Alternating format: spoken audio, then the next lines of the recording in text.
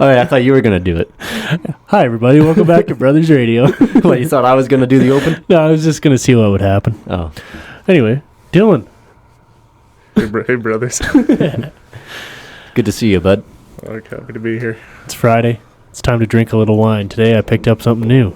Went with a little, it's called Carnivore 2016 Cabernet. Cabernet Sauvignon. Yes. Delightful. 2016. Ooh, This bitch aged like 6 years.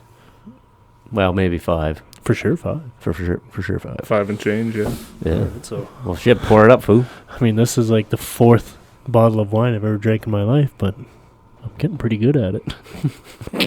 It's amazing. I would say the more so. you do something, the better you get at it, you know? It's like fucking a bike, or however that phrase goes. And and we even have wine glasses this time. They're Gumps, nonetheless, but... Oh, that's why you bought them for me for my birthday, No, so that you could use them. No. My girlfriend did. I didn't buy them. Oh. I wouldn't buy you wine glasses. Why not? Why, you don't love me? What? What do you mean by that? What do you mean? You're a dink. Would you care for some wine, Gump? Yes, please. Pouring up. Pour up, fool. All Wake right. your punk I'll have a ass little up. more wine. One glass a day keeps the doctor away. Yeah, it also keeps away all the suicidal thoughts, eh, Karen? I don't think so. It was a good wine.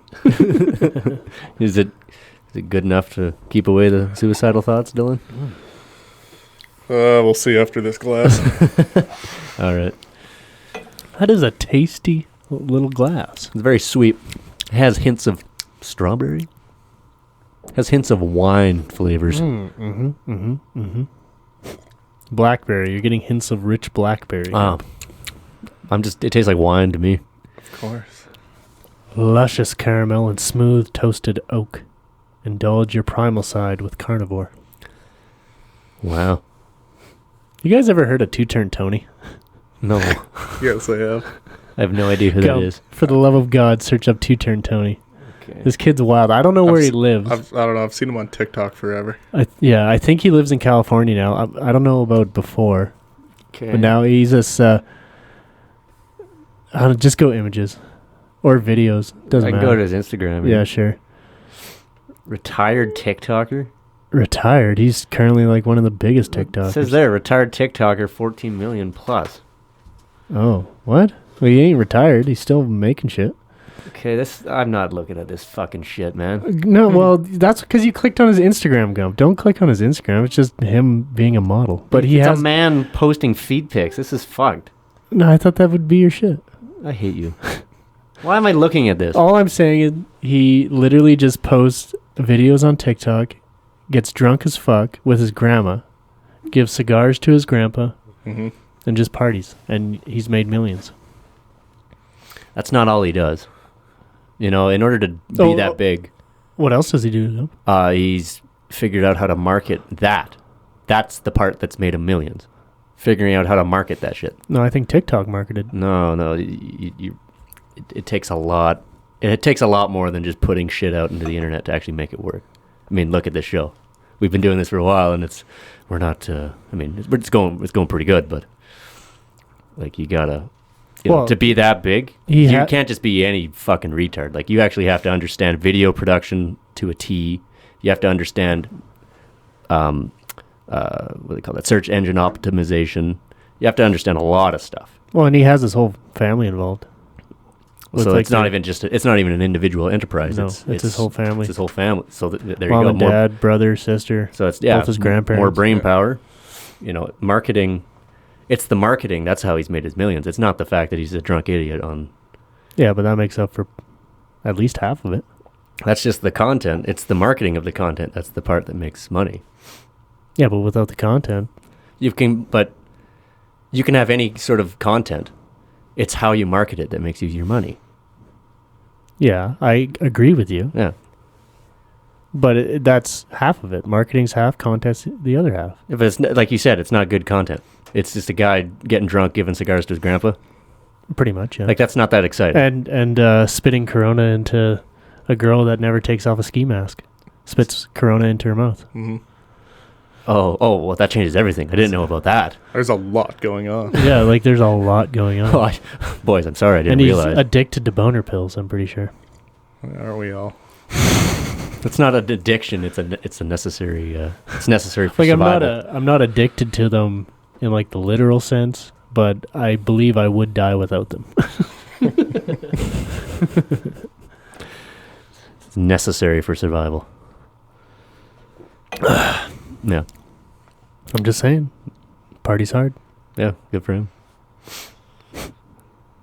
Yeah, I'm not looking at this guy anymore. This is fucked. It's disgusting. All right, can you please search up who the lingerie clerk was in Christmas Vacation? Did you ever watch National Lampoon's Christmas Vacation, Dylan? I have seen it. All right, so there was, I think that movie came out in like 87 or something. Yeah.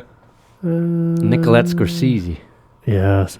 Please, Okay. for the love of God, images. Is she somehow related to Martin?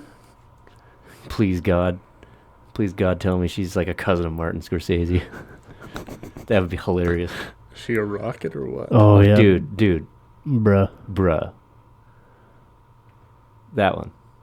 That's from the movie where Clark is sitting in the living room staring out the window, and he imagines the pool that he's going to build there in the summertime. And then this hot lady, which he has been fantasizing about, I guess, just appears in his vision. He's like, oh. And all she was like, Oh, yeah. in the movie, she was just a clerk at a teller or whatever at a little lingerie. It wasn't even a store. It was just like a kiosk in a mall. And she was just like wearing this real short skirt and then talking about the different lines of panties and all this. It was great. Oh, yeah. It formed me as a young man. Hot as hell. She was a busty barmaid number 2 in NYPD Blue, apparently. It's good work if you can get it. But boy, do you got to be busty. Hostess number 1, fantasy lover / nurse. Mary from Christmas Vacation. Yep. 89. Okay.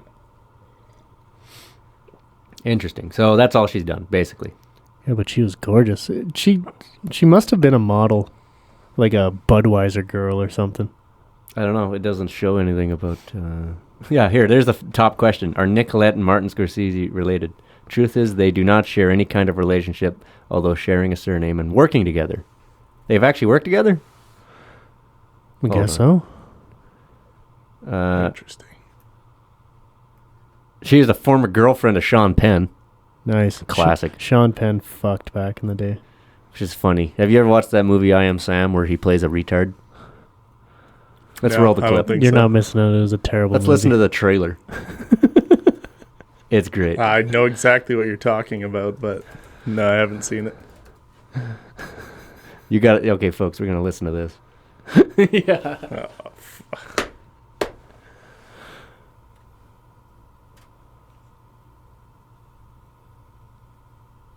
How can we be so different? Your teacher gave you a really hard book this time. What's wrong with your father? Why is he acting like a retard? He is. You're not like other daddies. I'm sorry. Daddy, I'm lucky. Nobody else's daddy ever comes to the park. No one doubts that you love your daughter, These shoes light up.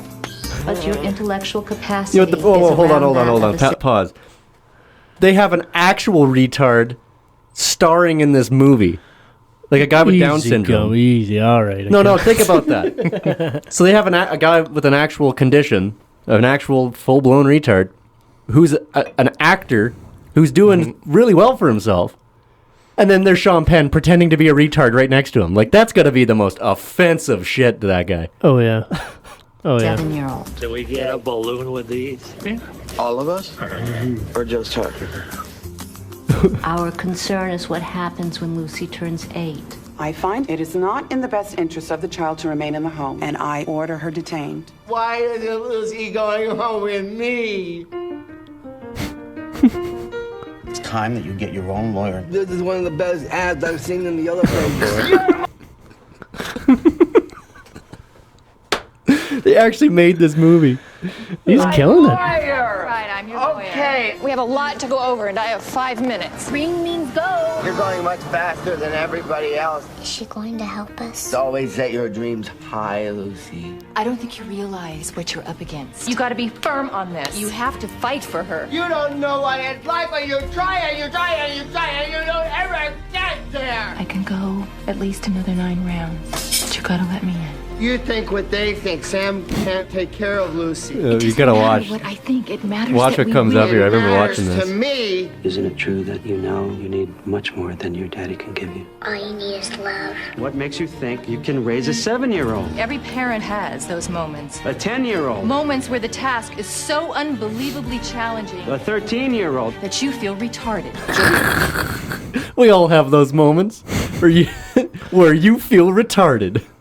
6 years. It happens. Than you. Watch this. Any daddy but you. Did you hear that? Why don't you write that down? There's a part coming up where he just runs down and falls down a staircase. It's so fucking funny. More out of this than you. and it's about listening. Daddy?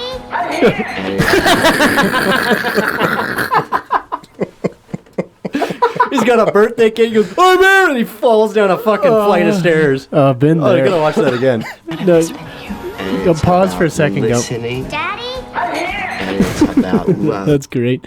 Well, Dylan, do you remember that one time you came here for a pod and I came out of my house and there was a bit of a snowdrift and I missed the step? Yeah. And I just ate shit out into the middle of the yard. That's absolutely biffed it. Yeah, it's kind of like that. It was exactly like that. Oh, man. I am Sam. You're recording. Hi, this is Sam! It's an outgoing message, Jesus so I think you Christ. need to sound a little more outgoing. Oh, they've actually made that movie, eh? Oh, fuck. I forgot about that. It's a bit problematic. It's a bit of a problematic film, but I don't think they could remake that movie. What year did this come out? 2001. Oh, God. Yeah. Yeah. They definitely couldn't remake this movie. Unless it was Sean Penn. Unless he... It'd be called I Still Am Sam. It'd be the sequel. And now he's old and like completely unfunctioning and just shitting himself, wearing adult diapers, and his daughter has to take care of him. But his daughter's like cracked out on heroin, on all kinds of shit, and has to fight for his custody. Like fight for the right to take care of her aging retarded father. That'd be a good film. What a twist. What a twist of events, eh? Yeah. You had me at crack. Yeah. That movie's the second worst thing to happen in 2001. So what was the first time? What was the first one, man? 9/11. I was hoping you'd say something about like Limp Bizkit breaking up or something like that. Nah, I don't follow Limp Bizkit. I don't even know if Limp Bizkit broke up at all or in that time. Yeah, I'm not sure. Anyway. Yeah, I Am Sam. Look it up, folks. Good show. It's very much... I think we have it on DVD, Gump. Oh, yeah. We got it in like the mail or something like... Oh, no. We bought it in like the $5 DVD bin at Walmart. I don't know why we bought that. Yeah. It's pretty bad. No, yeah, we do have it on DVD, yeah.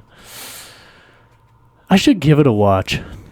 Maybe I'm not giving it as much credit as it deserves. It's supposed to be like a drama. A Sean Penn, Michelle Pfeiffer drama. I think it's actually a Sean Penn comedy. It should be reclassified as a comedy. You think anybody owns this movie on Blu-ray? If you own this movie on Blu-ray, hit up Brothers Radio. We'd love to get in contact with you. Bitch, I bought the thing on PlayStation Plus. I just want to look at it. A Blu-ray copy of I Am Sam. Set it on the mantle. Yeah, exactly. I want that thing on my shelf so I can just stare at it. Frame it, put it on the wall. Oh, fuck. So do you guys... You ever, like... Here's something I was thinking about the other day. Like, do you ever just joke about, like, just really retarded shit with your boss? Oh, yeah, all the time. Like, what, for example? Oh, I honestly can't say. I mean, it's you and Dale. You know, the bullshit runs pretty deep. So. Yeah, I don't remember any of it because it's just like we're just bullshit. Right? Yeah, I don't know. I'd have to say we, try to sift our way through, current political problems. Yeah, stuff like that. But just talking shit. Yeah. Nothing so serious that I would have to remember it. Yeah. Just funny. Just banter. Just banter, going back and forth. What about you, Dylan? You ever just banter with the boss? Here and there. Banter with the other guys? Yeah, sometimes. Yeah. Well, that's the most important part of any blue-collar work. Yeah. Any working relationship is just being able to banter back and forth. Exactly. So me and my boss, we've been lately inventing the most retarded conspiracy theories of all time. Okay. And so we got a big bolt, it was an inch thick bolt that was completely mangled. Yeah. It had been bent. The machine that made it mangled the thing. It even threaded the top of the bolt, the blunt end of it was threaded somehow.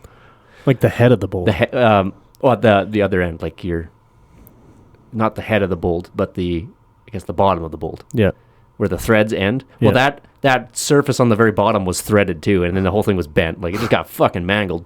But it went through the factory, got plated with the nickel plating, and then was shipped to us. And so I'm looking at this thing, it's completely useless. You can't, it's fucked. And so then we started talking about how, there's the greatest conspiracy is Big Bolt. Yeah, I was just gonna say. And then we're talking about we could sell mangled bolts as NFTs, because each one's different, right? The mangled bolt NFT. Yeah, I can get behind that. Because basically, the idea behind NFTs is that basically anything can be a currency. If you get enough retards to buy stuff, anything can be a currency. Yeah. So we just go with mangled bolts and sell them to what did he say? Sell them to Paris Hilton for $25,000. You know what bugs me about NFT is it's the same premise as the pet rock. Yeah. Chia pet. Yeah. Am I wrong? Yep. No, it's good. It's kind of the same fucking idea. Yeah. Except way bigger money, and it's on the fucking internet. Yeah. But other than that, the idea of an NFT reminds me of the pet fucking rock. Yeah, it's absolutely. You're buying a rock for $25. Exactly. But the only thing that has any worth, in society is the fact that you own it. Oh, that's a pet rock. No, the only reason people believe that it has value is because they think they can sucker some other schmuck to buy it from them for a 15-20%, markup. Yeah. They can make 20% on it, or maybe more. Maybe they're hoping they can double, triple, quadruple their money on that shit. Yeah. But that's predicated on the idea that you can convince some other schmuck to buy it. Eventually, all the schmucks who are interested in NFTs are going to own them. No one else is going to want to buy them for the exorbitant prices. And so then they'll just lose all value completely. It'll be like the great tulip crash, the great Dutch tulip crisis, where they were selling tulip bulbs for massive amounts of land. They would trade land titles for a couple tulip bulbs. Needless to say, the Dutch economy was not doing so good after they crashed. Wait, were the Dutch, were they selling the land? Were the Dutch selling the land or the tulip bulbs? No, I've Googled it. The Dutch people there was a craze over tulip bulbs. Okay. And so some people would actually trade their land titles for tulip bulbs. Oh, Jesus. Because they perceived that they could make more money that way. So, yeah, the Dutch tulip bubble, they call it. Or tulip mania, otherwise known as tulip mania. Starting in 1634 and ending in 1637. Yeah.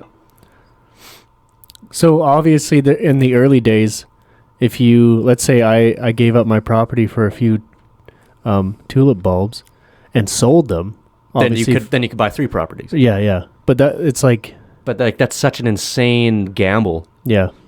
And maybe in the early days you knew there was enough people. It's the same with these NFTs, really. We're in the early days of it, there's people making exorbitant amounts of money off them. And it, in the back of people's minds, it's I want a piece of that. Yeah. But it's going to crash. Has to. Oh, absolutely. Because it doesn't have any physical it's not something to the world. You can't do anything with a tulip bulb really, other than grow it and grow tulips, which are great, but are they worth 15 hectares of land or whatever? No. They ain't poppies, you know what I'm saying? Well, 15 hectares of poppies. That's a whole different game. Dude, that's going to be a rough time for some Chinese city, I'll tell you what. We've seen that before. Well, I haven't seen it, but heard about it once. Yeah, so the Dutch economy, essentially, the people who traded in futures markets, the early futures markets in the 17th century, thought, oh yeah, this is great, because to get these tulips, you had to get them from fucking India or something like that, and then people just speculated on it, and it just exploded. So here's a graph of it. So the standard price index, so this is just, so this is percentage, I believe. So between November 12th, 1936, and November 12th, 1636, and November 25th, 1636, the price for one tulip bulb doubled. Oh. And then it, by December 1st, it plateaued a bit, and then it essentially it gained another like 60% by December 12th, gained another, looks like 40 to 50%, and then crashed super hard back to essentially a baseline level in May 1st of 1637. Interesting. So people were just speculating on it because it was like a get rich quick scheme. Yeah.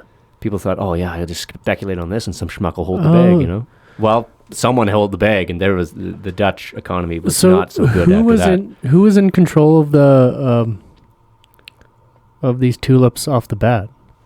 Like just like people or government? No. It was like companies. Oh, okay. Interesting. So there was big tulip.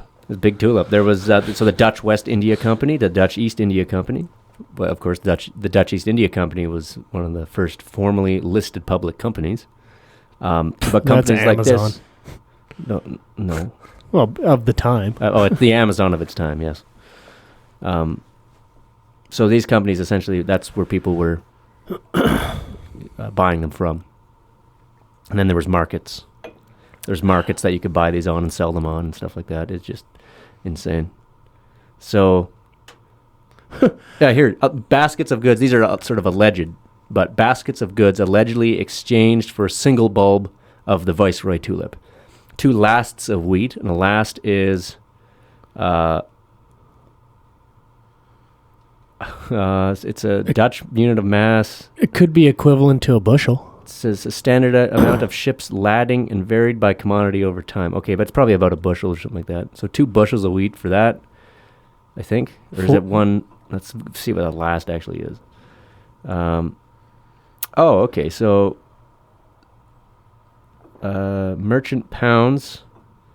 So 100. So it'd be about 1,800 kilograms is one last. Okay, so we're 2,600. No, not 26. 3,600 kg for one tulip bulb. Yeah, of looks like wool. That's for wool, for instance. That's how much a last was for wool. It doesn't say what it is for wheat or anything.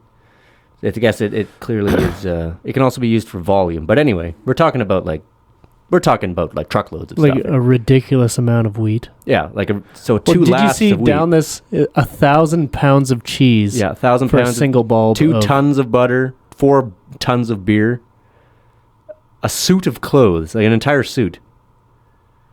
And then here's its equivalent dollar value in what is this? Guilder. Oh yeah, or the florin, I believe, FL. So the guilder was the official currency. So that's 448 guilders. A silver drinking cup would have been 60 guilders. A complete bed apparently was traded for one tulip bulb. But 1,000 pounds of cheese for one tulip bulb. Yeah, I like that. That's funny. That's the most Dutch thing I've ever seen in my life. Where are you going to put 1,000 pounds of cheese? In my belly. In what fucking, what country? I guess Deutschland there. Not Deutschland, but the Netherlands. Apparently 1,000 pounds of cheese is worth one tulip bulb. That seems ridiculous. If I was to see 1,000 pounds of cheese, I'd be like, why the fuck would I trade this for a tulip bulb? That's ridiculous. Yeah. Because I love cheese. And it's obvious when you see 1,000 pounds of cheese, that's obviously a hefty amount of cheese. Yeah. It's entirely too much cheese. It's a ridiculous amount of cheese. And I'm just by sheer size, I wouldn't trade 1,000 pounds of cheese for a tulip bulb. I mean, in my mind, that just seems ridiculous. But what if you could trade that tulip bulb for 2,000 pounds of cheese? See, now we're getting into why people started doing this. Yeah, I understand. I get it, but in my mind, you know, I mean, I know all this information now. Like, I've seen the rise and falls of these goofy little trends, and like, oh, I'm not trading material goods like 1,000 pounds of cheese for a fucking idea. Yeah, I'm not doing that. That's a terrible idea. Yeah. Like, what's one NFT? People will buy them for $500 in the hopes that they can sell them for 1,000. I've seen, but some people will buy them for 20,000 US. I've seen them go for like 470,000. Oh yeah, fucking retarded. That's stupid. Yeah. Search up the most expensive NFT right now. I screenshot every NFT I see. Dylan, you are a saint. God bless you. That's great. What's the most expensive NFT? The Merge. Created by the renowned artist who goes by the pseudonym Pac. The Merge was sold on the NFT marketplace Nifty Gateway between the 2nd and 4th of December 2021. It fetched a record sum of $91.8 million US. The most expensive NFT ever sold that is an artwork. Instead of a single owner, the Merge is held by 28... Oh, okay, so this thing is... It's actually... It's an one image that has like 1 million little portraits in it. Well, I think it has 28,983 collectors. Yeah, so that many people own a share of this NFT, essentially. They own one piece of it. So collectively, this NFT is worth 91.8 million. Keep those numbers up there for a second, Gump. Okay. Go up. Oh, no. Stay where you're at. 91.8. Oh. Yeah, I don't understand it, really. To own something that isn't even material. Something that I could download that whole thing and then just start putting them all over town. I'm like, what are they going to do?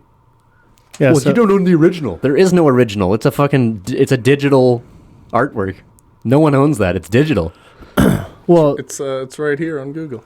It's right here. We're looking at it right now, and we didn't have to pay no fucking $91 million for it. Yeah, but it's like everything though. It's the clout.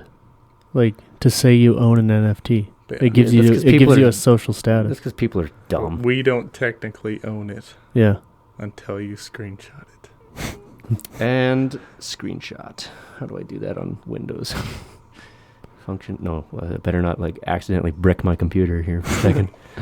I am bricked up. How to screenshot? It's not that important, Gump. But I'm doing it to make a point. I could take a picture of it with my phone if that makes you feel better. He's doing it for the meme. Of print screen. Control print screen. Beeple.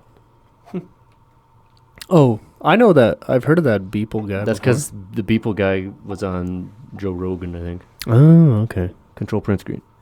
Did I do it? Gump, don't go into photos for the love of God. If I see your foot collection, I'm going to be pissed. I hate you. I don't have a foot collection. It's a gallery. It is not a collection. It is an art gallery for all to view. Graham Esau becomes the first foot NFT owner. Dude, you're laughing now, but when I'm worth $100 million, it's over for you bitches. It's over for you motherfuckers. Just curating and selling feet pics. There probably is some retard. Holy fuck! Did we just actually come across a fantastic business idea? Dude, someone in New York thought of that 5 years ago, probably. Some dude in New York literally duct taped a banana to the wall, and someone bought it for like a couple $1 million. Remember hearing that story? But I've seen it. But the guy who bought it for $2 million can confidently say he's the monkey in control of the bananas, and I understand it. That's true. That makes sense. If I well, no, but that's like I spent $2 million to buy this banana on the wall, and if I were to see that guy, I'd be like, "You're the monkey, man. You're the monkey in control of the bananas." Yeah, that's the guy. Yeah. No, I mean, I think he got a bargain at $2 million. I don't know if he is the monkey in control of the bananas. He just owns that banana, which went bad probably a week afterwards. Perhaps. But that's not what the art... the banana. He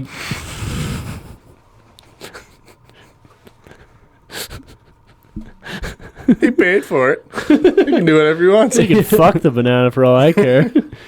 slip it up his ass if he wants. Probably did. No, but that's not the fact that the banana was duct taped to the wall. That's not the piece of art. The art is the fact that it's sold for that much. Yeah. That's the guy who bought it participated in the art of that. And the art of that is they're making fun of art itself.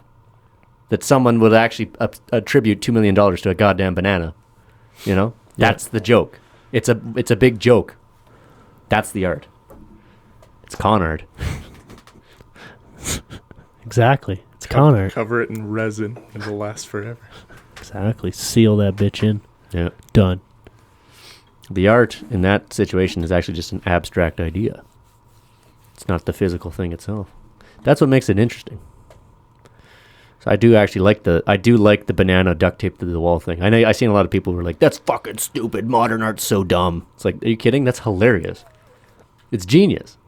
Because it's making fun of so many things. It's making fun of materialism. It's making fun of the art industry. It's making fun of the art industry entirely. Yeah. It's making fun of art museums because the guy literally just walked in, duct taped it to the wall, and left.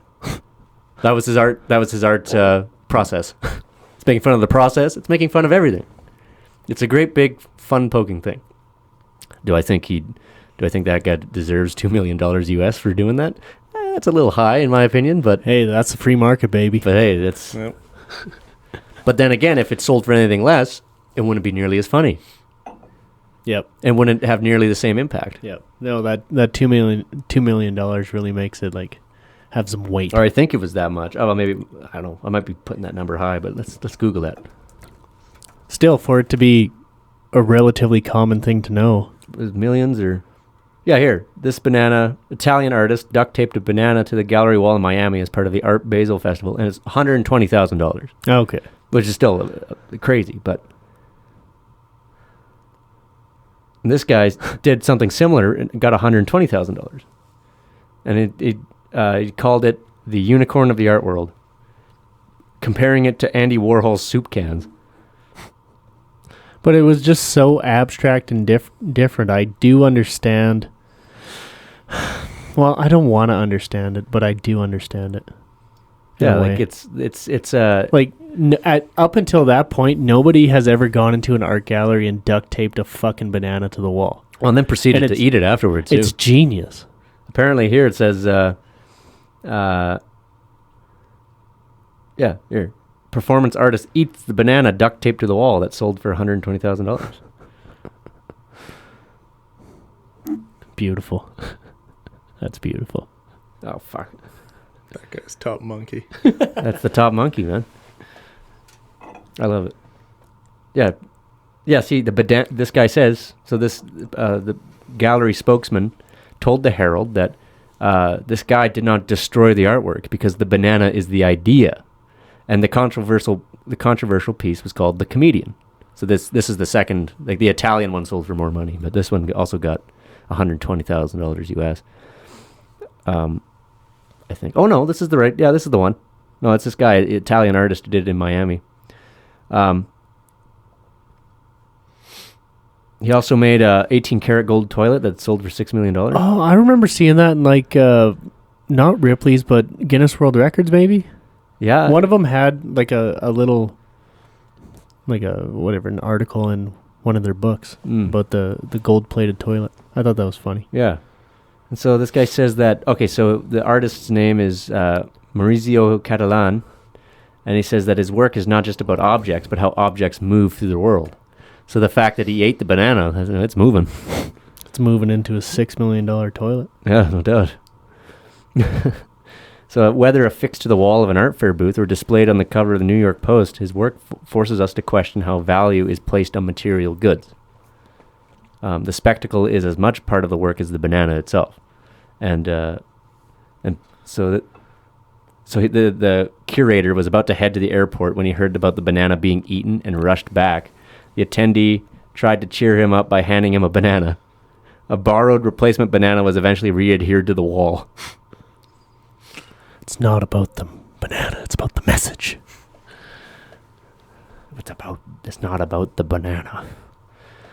It's about the message. It's just like a weekly bit they could do. Every week they put a banana up and then here's a wild idea. You can make a religion out of this. What if you were to put 2 bananas up there? Well, that'd be gay, wouldn't it? You call it, put 2 bananas up instead of calling it the comedian. Call it 2 gay men having sex. It's just 2 bananas duct taped to a wall. 2 dudes fucking. Wow. Wow, this is really thought provoking. A bunch of like white-haired, old Jewish ladies are looking at it like, wow, this is really interesting. A bunch of old artist curator type people. You know how they look, like Edna Mose from Incredibles. Like that kind of looking person. Standing there like, oh yeah. What if you had 4 bananas equally spaced with the tips touching, each, almost in the shape like a softer swastika? Now that's thought provoking. Banana swastika. Yeah, that's a Colombian swastika. Swastika. Where are bananas from? All over. But Nazis. Oh, fuck. That's funny. I can't believe I said touching tips. I'm not accountable for that one. Let a monkey in the museum define the banana. The Banazis. Their leader, Adolf Peeler. That's beautiful. But yeah, fuck NFTs. That's stupid. But hey, if you made money on it, hey, good for you. You managed to make money on it. Yeah, if you're on the but you're basically just leading front of it, absolutely. Oh yeah, if you're on the leading edge. But by the time people hear about it, it's already too late. Like you're just gonna lose money. Yeah. So oh well. Anyway, that's Gump, do you think it's time to get Dylan to read this? Oh fuck. Oh yeah. Dylan, pull up to that microphone there, bye. We got a little thing for you to read. Yeah. So this is called the top 10 reasons you should become a welder. So Dylan, if you don't mind reading this, I think it'll be quite funny. Are you just doing a Letterman bit? Shut up. No, this is no. If we were doing a Letterman bit, it would be the Gumperson top 10 or something. You'd have to name it. This is just a top 10 reasons. It's not at all associated with or inspired by David Letterman's top 10s. Although great bit. I lied. It's 100%. It's exactly David Letterman. Anyway, go ahead, Dylan. All right. Okay. Top 10 reasons you should become a welder. Number 1, your IQ and bank account are the same number, less than 100.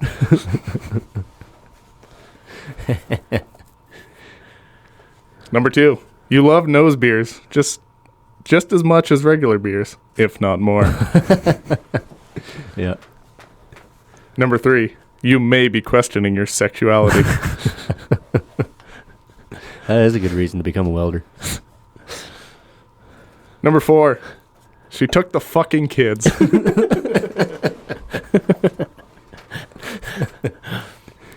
Number 5, tired of small dick comments, so you financed an $80,000 pickup that you can't afford. Gotta pay it off somehow. You got a cousin in Fox Creek, so shit, may as well. Yeah. Right. Much love to the Fox Creek crowd. Number 7, you are firmly convinced you can make a housewife out of Candy Lynn, the stripper you met in Grand Prairie at the Diamonds Gentlemen Club.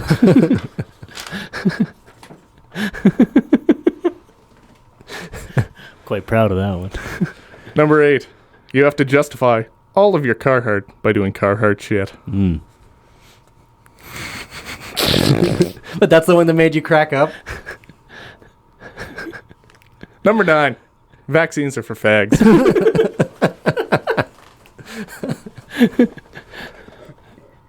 And number 10, God has abandoned you. You are alone on this barren earth. I'm really quite done. a fan of you got a cousin in Fox Creek, so shit may as well. That was a good list. Kind of. We thought about that over supper, and we're quite proud of it, actually. And there you go. That is top 10 reasons you should become a welder. Yes. I got a welder joke, too. I don't know if I've told this one. You've heard this one before, but I don't think I've told it on the podcast before. So this little kid is he's hanging out. He's playing in the street, and he goes into an alley and finds a welding mask on top of the dumpster. He's like, oh hell yeah! As he puts that shit on, he's like, oh man, yeah, I'm like Darth Vader. You know, he starts playing around with it, right? Luke, I am your father. All that shit. Anyway, this van pulls up and says, hey kid, hop in. I got some candy for you. The kid's like, oh, hell yeah. Fucking welding mask and free candy? Shit, this day is going better than I thought. Hops in the van, right? Boy, was he surprised. Quick pause, Gump. This is actually how Kelly Beliveau became a welder. This is how all welders become welders. So the kid's in the van. The old man, the creepy old guy driving it goes, hey kid, I got a proposition for you. Why don't you suck my cock? Kid's like, no, sir, I don't know about that. And he's like, all right, well, how about I suck your dick? Kid's like, no, that's not. I'd rather not, you know. And the old man's like, how about I fuck you in your little ass? And the kid's like, sir, you got it all wrong. I'm not a real welder. I just found this mask. I'm just playing around on the street, man. You look a lot like Norm Macdonald. Yeah, that is a Norm Macdonald joke, by the way. Is it? Yeah, I stole it from him. I'm a thief. Yeah, but his jokes are fucking fire. Oh, they are funny. I like telling them all the time. I just steal other people's jokes and tell them. I'm just kind of a... Well, it's hardly theft when it's Norm Macdonald. Well, he's dead, so... But yeah, but... What's he it is theft. It is theft. It's just... But if you put your own spin on it, it's a little less theft, so... Yeah. I know you're not really... Plus, I'm pretty sure that's not his joke either. Like, he probably heard that somewhere, too, and thought that was funny. Expanded on it. Probably went on, like, a 7-minute bender of, like... No, his joke... Creepy white men or some shit. No, it's about that long, but he probably heard that one somewhere else, too. Yeah. What are you doing, man? I'm opening a wine bottle. Oh, my God. Are we getting drunk tonight? Jesus. Well, you don't have to drink any, Gump. Well, yeah, but if you open it and you're the one who keeps filling up my cup. Quit doing that. No, I did once. Okay, fine. Jesus. Chill out. Yeah. Oh, yeah. So today there was some news. Some news came across my feed. I've talked about the rock band from Toronto, the Sadies, before. They're pretty sweet. Right? Yeah, were you showing me a post yesterday or a day before maybe on them? No. I don't think so. I thought you were. Anyway, carry on. No, so this morning they posted on everything that so their frontman and lead singer and brother to there's like two brothers who are in that band. Yep. The frontman Dallas Good, he passed away actually here yesterday, I think. Oh, that's too bad. Yeah, it's great. He's 48. He's really not that old. What from? Some sort of coronary thing. I think he had some kind of a heart attack / stroke. It just fucking killed him. Rest easy. Yeah. No, so that sucks. I mean, I really like their shit, and I think they were probably working on coming out with another album here in the next year. They came out with a single, so I think they probably have a bunch of... What kind of... they were on tour, too. They were doing shows all across North America again. What kind of sound were they? Like? Well, I'll just pull some of their shit up. Yeah, do. Yeah. Did they have like a... I don't know. Well, I've described it before as like surf rock mixed with punk mixed with country western. Like it's... Oh, so it's all over the place. It's neat. No, it's good. You'll like it. All right. You piqued my interest. Let's go to... So here's their latest song that came out. It's this... It's a song called Message to Belial.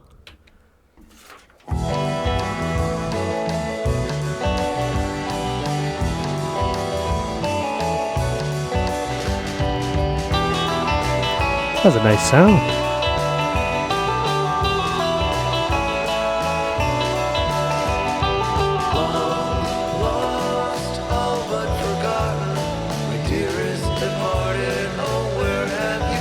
Kind of has that Santana vibe a little bit. Not really, no. Well, I disagree. It doesn't sound like Santana at all. Santana is like Latin music. No, but it has the vibe. No, what?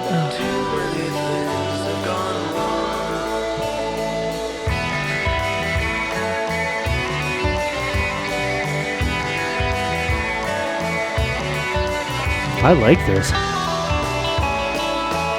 What do you think, Dylan?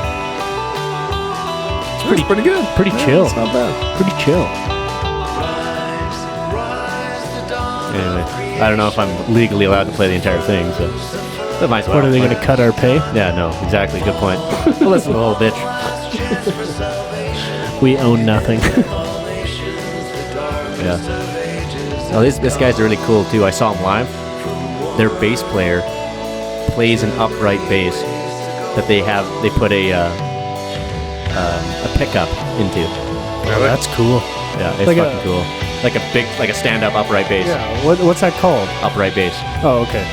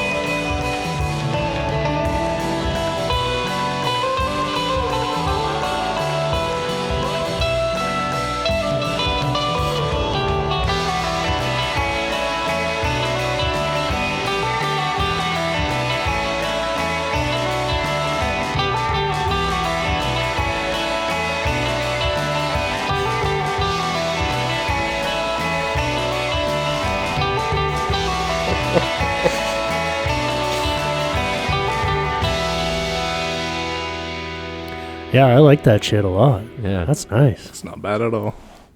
Shit, now I feel like a radio DJ. You know, I've always wondered if we could kind of do a little radio DJ kind of episode, you know? Yeah. Just have we start off with our 2 minutes of bullshit. All right, everybody, now we're going to slow things down a little with a little LL Cool J. Slow things down with a little Meshuggah bleed. With a little respect from Aretha Franklin, the queen. You know, something like that. And then, it'd be a lot easier to make an hour. I mean, let's be honest, Gump, we can make an hour, no problem, you and I. Yeah. By the way, this is episode 51, Dylan. Seems like a fairly arbitrary number. Yeah, it is. I don't know why. Why because like Area 51 or no? So your last one was 50. Yeah, and pretty much me and Gump just yelled at each other for 45 minutes. Oh, it was like an hour and a half. I did listen to about half of it. I got halfway through. Yeah, you couldn't take it no more? No, I listened to something else. Fair enough. It's good to take breaks. Yeah. You can't listen to it all in one sitting. Can't listen to two guys talking about balls forever. Two guys fucking.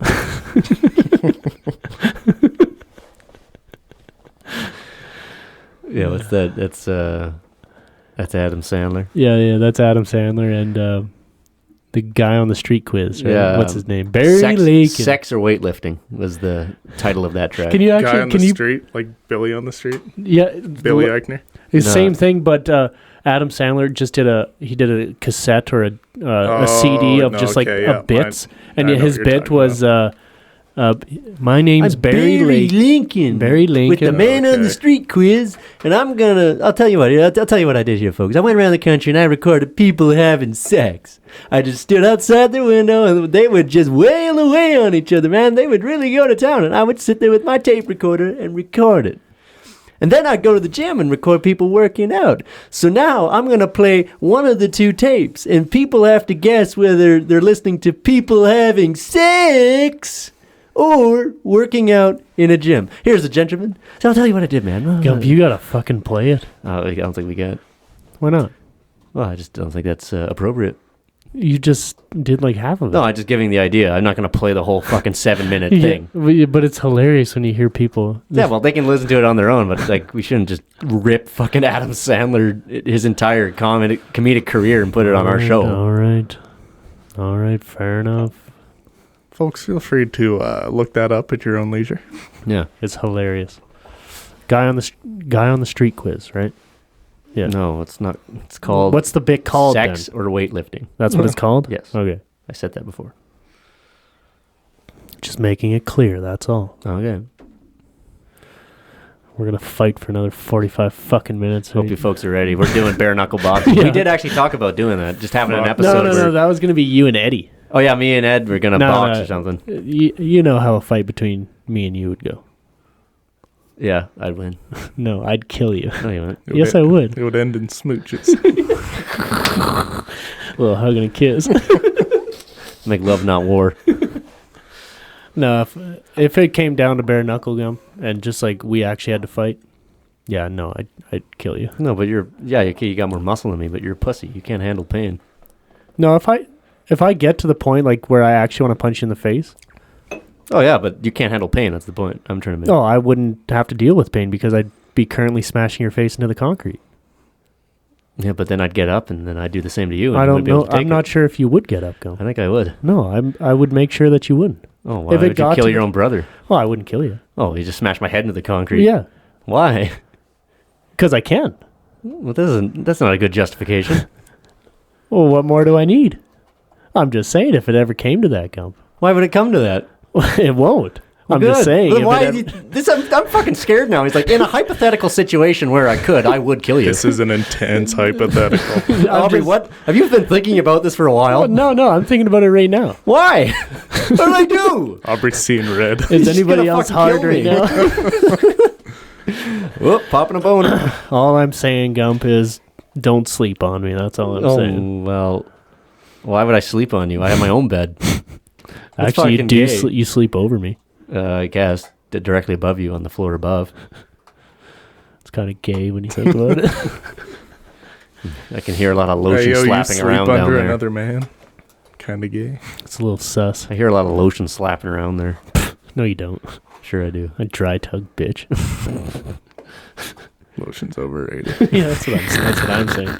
Nobody's like, oh no, I'm out of lotion. Shut the fuck up. Make it work. Yeah. Do without. It's all right.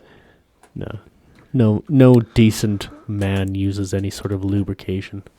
That's not true. That's not true. Why do you think pussies are like? Why they got lubrication? No. I'm talking about jacking your shit. Masturbation. Mm-hmm. It's overrated. It's just like now you get a 0.0001% better experience for like a fucking greased up hand and wiener. It's overrated. It's fucking overrated. That's all I'm saying. All right. It goes away after a while. It gets absorbed. Not important. We're off track here. We're off track. You're gonna fight Eddie. Yeah, we were telling. Yeah, I was gonna invite Edward Friesen on the podcast. Edward, love you, bud. And we were just gonna bare knuckle box the whole time. That was my idea. That idea was also scrapped almost immediately. But I thought it'd be kind of funny, just have like a bare knuckle boxing match right here in the studio. See, let's go back to me killing you for a second. Why? Okay. So in a fight with you and Eddie, you have a serious advantage because of your determination. Yeah. Wouldn't you say? You're an unbelievably determined man. Yes. And that's why I think you would win between you and Eddie. Yet I know your determination, Gump. I understand it. I know perhaps even where the end of it is. And I think I could push you far enough for you to quit. What? Okay. Because I have the advantage of being your brother. All right, that's good. That's all I'm saying. No, I'm not really saying. interested in talking about this. It's kind of fucking weird, if you ask me. Oh, I don't think it's weird. I just think it's an interesting... I don't think it really is. I think it's an interesting thought to have. No, I don't really want to talk about, you crushing my head into the concrete. No, I wouldn't. All right, respectfully, I wouldn't bash your head off the concrete. Warfare is purely psychological. Yeah. I'm currently fighting you right now, Gump, and I think I'm winning. Yeah. Yeah, you better be careful about drinking the milk tomorrow, buddy. That's psychological warfare. Oh, yeah? You better be careful, because I'll be drinking that milk, bitch. Who coomed in the milk? It was I. Yeah, imagine. Oh, you jerked off in the milk? So did I. Proceeds to drink all the milk. Jesus Christ. What kind of psychopath?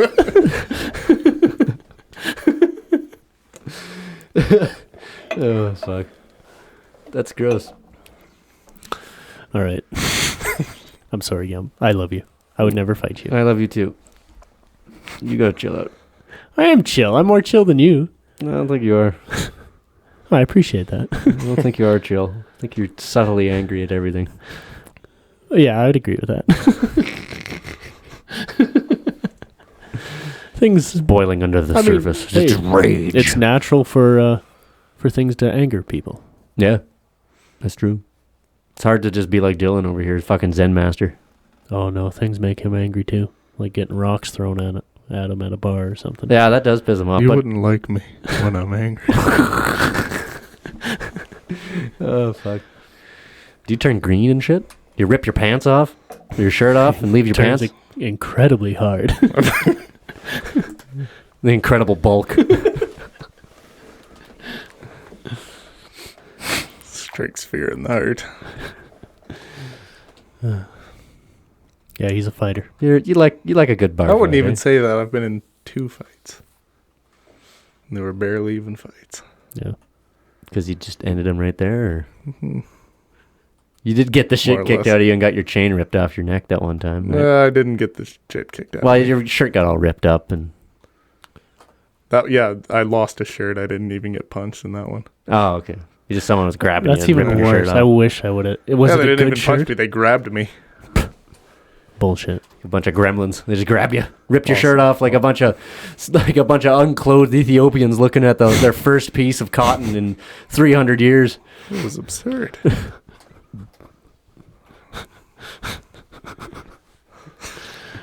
Cut that part out, Gump. Why? Yo, cut that shit. No, that was beautiful. Oh, that's a good... Thank you. Is there a feature where you can beep stuff out?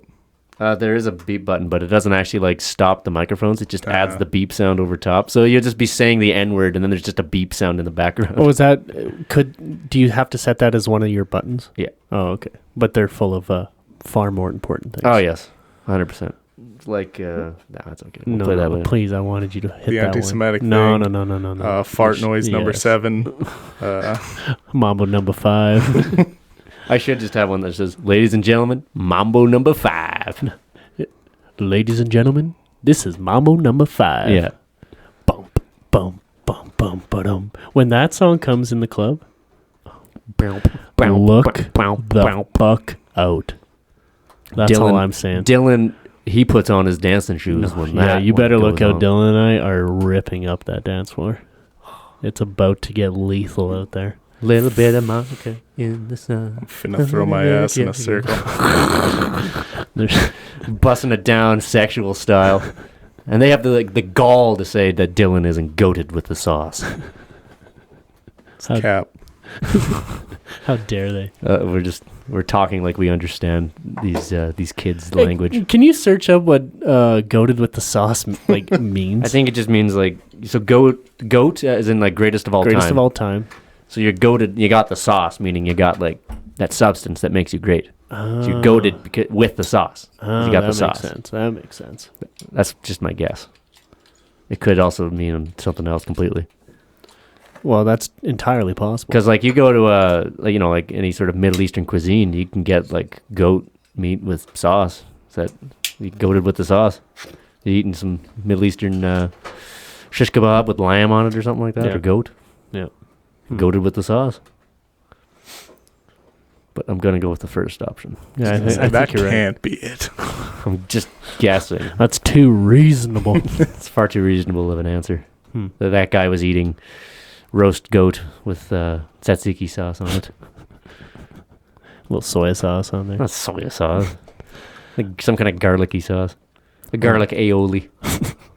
A garlic areola. That's exactly it. What are you doing on your phone, Dylan? Just getting, is he texting bitches? No. He's searching up what goated in the sauce is. Oh, okay. Well, let me know. Aren't you? Yeah. Yeah. He's not one to just be texting bitches. He ain't just a Tom Lowen on the show. Yeah, that's right, Tom. Texting you. Oh, I have to text my girlfriend. Well, then get off my podcast. Please. Got no bitches.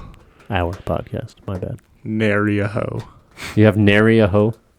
Not a hoe for miles? Nary a hoe. Damn. These wenches. Damn, you down bad, bro. Yeah. When was the last time you had sex, bud? I hardly think that's relevant. I'm just curious. Oh, that bad, eh? Let's talk about it. Let's talk about it. Let's get it out there in the open. Let's get it out there on the internet. Ladies, Dylan is a single, sexy-looking motherfucker. I'm looking. All right. Goated with the sauce refers to the acronym GOAT, greatest of all time. And with the sauce implies completeness. To be goated with the sauce is to reach nirvana. Okay. Sounds like example. He's busting it down sexual style. He must be goated with the sauce. And that's it. But if he's a white boy, a quirked up white boy busting it down sexual style, he may not necessarily be goated with the sauce. I would disagree, actually. But yeah, I mean, look at, I think Tucker Carlson did a whole article on this. Dylan, have you seen this video? Is it? Hang on a second, actually. Have you seen? You've probably seen it, eh? I don't know. Pull it up, Gump. That's such a good video. It's a Tucker Carlson, Donald Trump parody of them talking about some quirked up white boy. Yeah, that's the fucking one. Yeah. Worked up. Yeah, pause that shit. We're going to crank it up here on the television. Let's say, for the sake of argument, here's Ben Shapiro. I'm a quirked up white boy. And if I was a quirked up white boy, then theoretically that would also mean that I'm busting it down, sexual style. Now, we understand now that I'm a quirked up white boy who's busting it down, sexual style. Does that in turn automatically mean that I'm now goated with the sauce? It's true. They don't want you to know that, but it's true. Hold on, where is that shit? Quirked up white boy. Ben Shapiro does it again. Yeah, Tucker Carlson. Come on, where's this shit? Uncle Benny. Why can't I find that one? Because you got to search up Tucker Carlson. I think. Don't quote me, but it's on Instagram anyway. They might be taking it down. Why white supremacists love Tucker Carlson? That's not what I want. You fuckers. Well, I would understand why. Yeah. Because he's white. No. That's not why I'm saying you fuckers. I'm saying it because I can't find the video. Because you instantly put Tucker Carlson in here, and it was on YouTube, like literally. Here we go. Yes. A white boy who busts it down sexual style is not necessarily considered goated with the sauce. That's what I've been saying, Tucker. It's crazy to me that they don't think he's goated with the sauce. You can see him on the yard right there, actually. He's busting it down sexual style, and they want to say he's not goated with the sauce. It's really despicable. Really despicable. That's great. Oh, fuck. Oh, yeah. You want to say he's not busting it down sexual style? It's despicable. It is despicable. How could they? Yeah. Anyway, how do we set up this fight between you and Eddie? We invite Eddie over. Do we call him right now? No. Damn. Eddie, bud, where you at? We're here for a fight. Just come over, you're fighting. Yeah, bring your gloves, bud. Dick swinging. Big Dick's back in town. Yeah. Something that I was reading that's pretty interesting is the relationship between food prices, overall food prices, and the proclivity of a riot or protest to happen. So, for instance, I guess the classic example would be the French Revolution. People stormed the Bastille on July 14th, 1789, not just because they were revolting against the monarchy's policies, but also because they were starving. They were hungry, right? So this guy, his name is Yanir Bar Yam of the New England Complex Systems Institute in Cambridge, Massachusetts, has essentially created a model that can predict the probability of a riot or protest, some sort of revolution happening based on how expensive food is. So as food prices rise, the probability of a let's just say even a protest is much higher. Yeah, absolutely. So, and he's looked at the Arab Spring, for instance, in I guess it'd be the 2010s. That he's essentially said that these were caused by exorbitant food prices. That that wasn't the initial cause, like the whole story, but that it's a huge aspect of why the Arab Spring happened. It was because of food prices. It's very interesting. And then it's very interesting to look now at, we look at our trucker convoy, and these protests going on in Canada. And look at the food prices, for fuck's sake. It's not hard to question everything. I was in the grocery store yesterday, and there was how they just have their little, like, styrofoam trays are about 8 inches long, 6-inch wide. Two quarter-pound. This wasn't even that. It was one chicken breast sliced up for $7.50. Oh my God. Yeah. One chicken breast for $7. Yeah. Jesus Christ. Like, what the fuck? So I bought a package of pepperoni because they seem to be about the same price. So I was like, fuck yeah, pepperoni. Did you eat my last pepperoni? That's all I had, bud. Oh, reliable. God damn, I love pepperoni. But $7 for one chicken breast. It's insane. It seemed a little fucked, but I think they could get away. Well, they are getting away with it just because they sliced it up, ready to go for a little stir fry. I guess that doesn't necessarily mean it's good with the sauce. Exactly. It doesn't justify a $7.50 chicken breast. It was fucked. Yeah, fucked. Here in the small towns, prices of food will always be a little bit higher. I understand that, and I like to support my local grocery stores, but a little ridiculous, in my opinion. A little bit. I mean, what can you do? They're getting stuff. Their stock is expensive. They gotta do their 20% markup on anything, and that's what the price is. That's just how it is, I guess. But like, why? Why is there?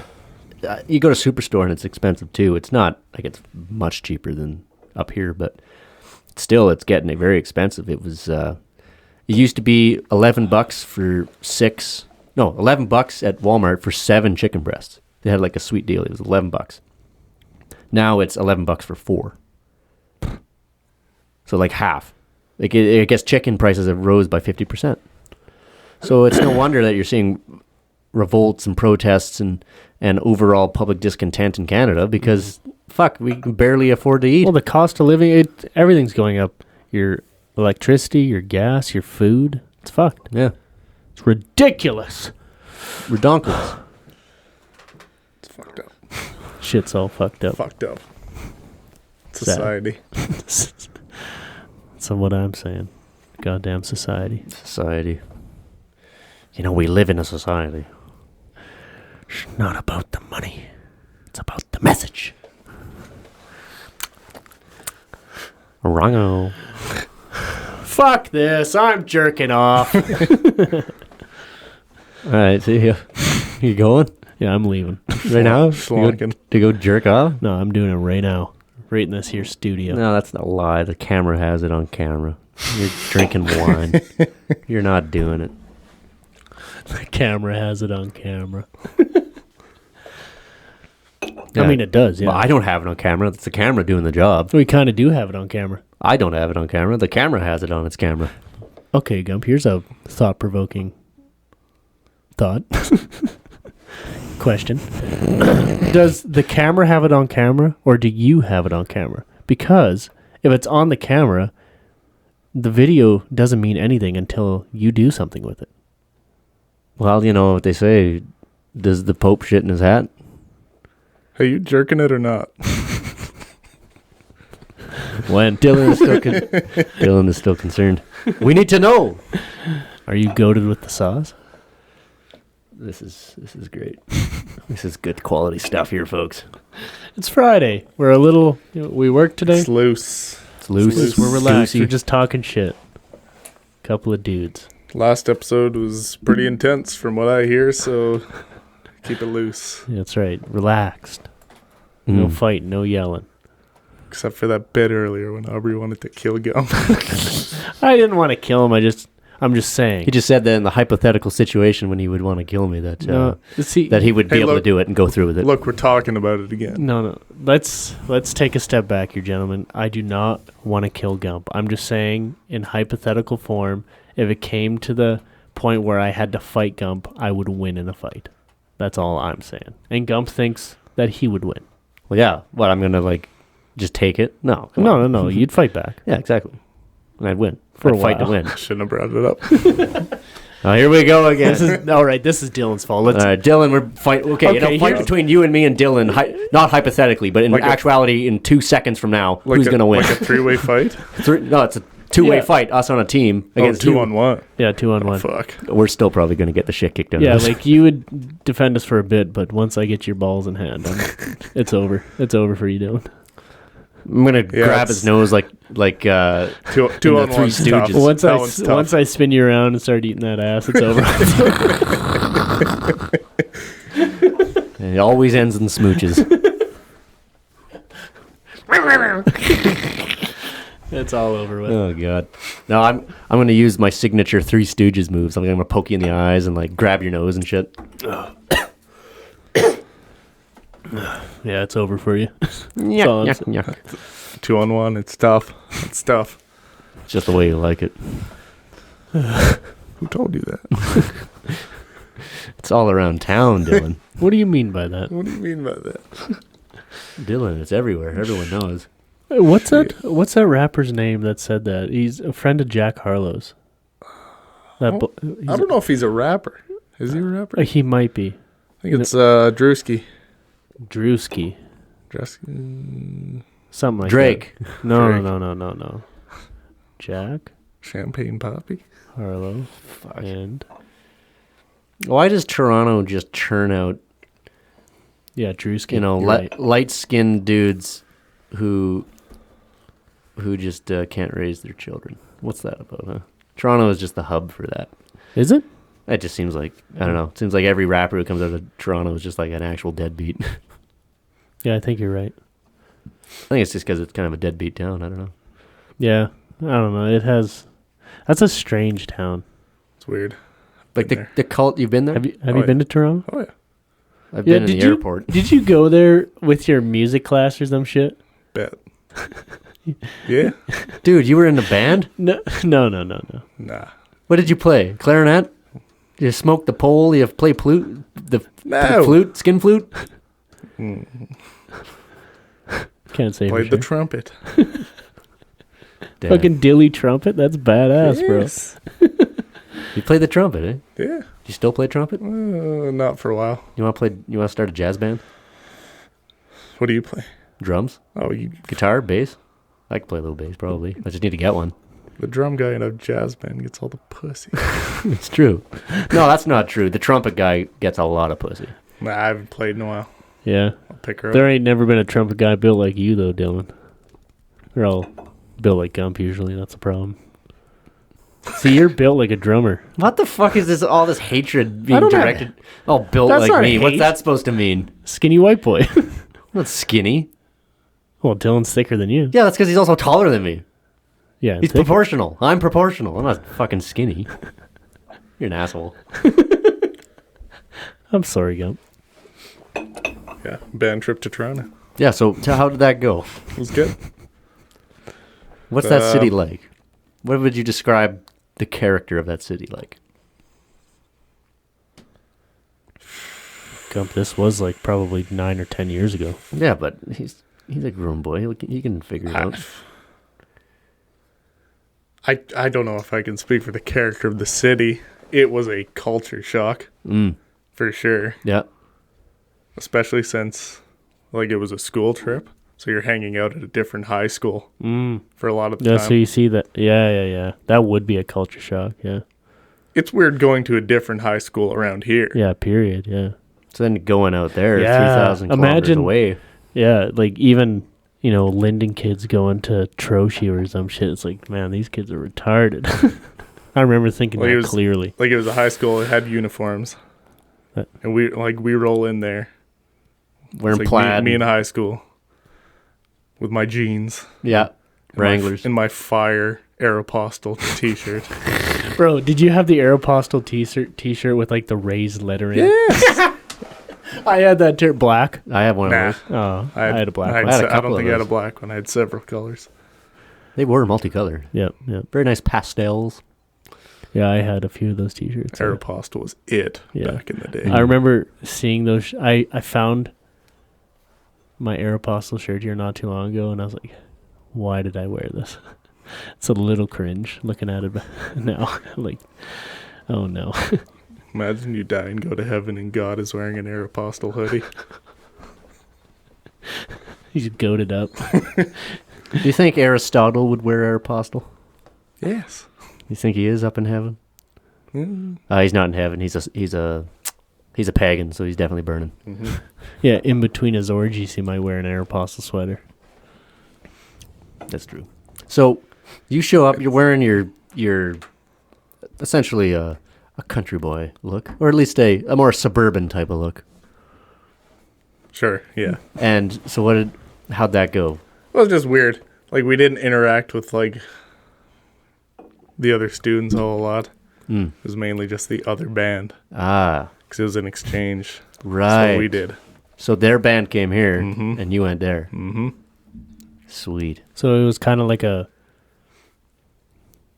like you just got together with other bands, or was it like a battle of the bands? It was a program. No, it's like... more of a program, school program. Yeah.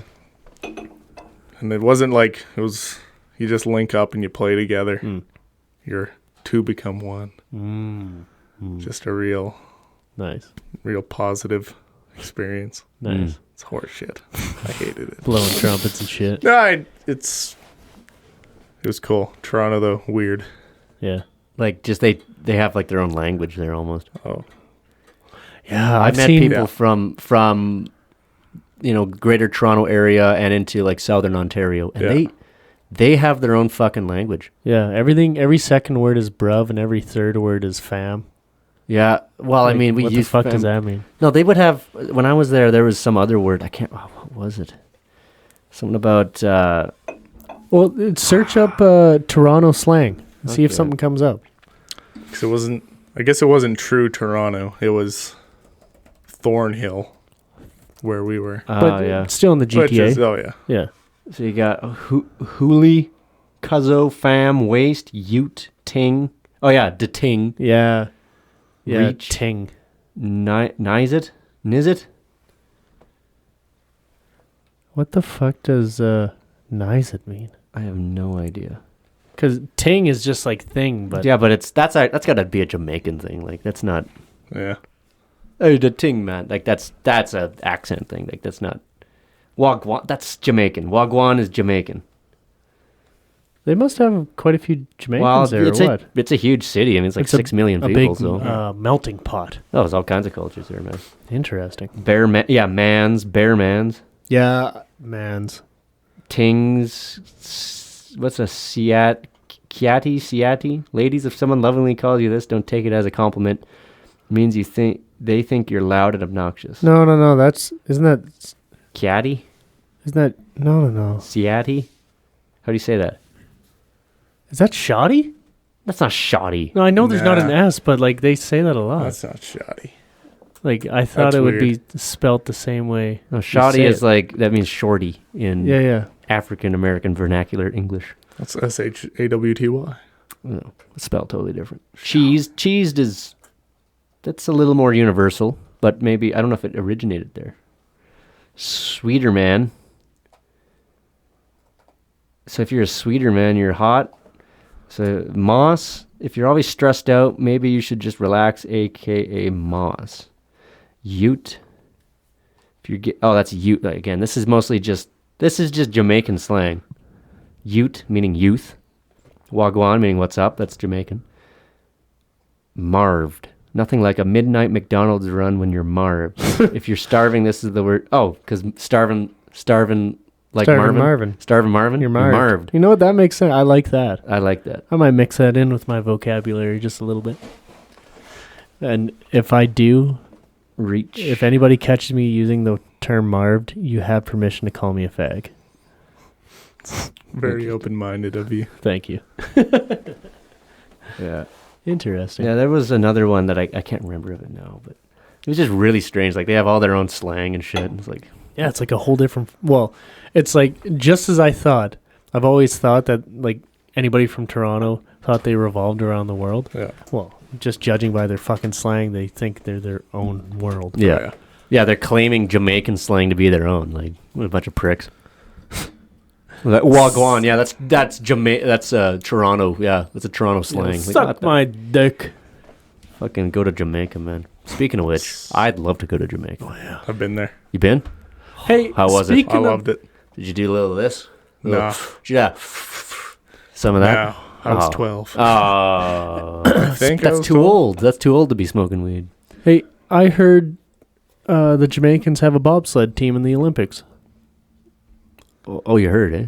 Well, not like this year, like right now. Again, and they're doing well. Brother, that's a movie. I thought you were talking like no, back I'm in not 84. being a fucking asshole. I'm serious, like right now. I took that as like... Well, I knew you. I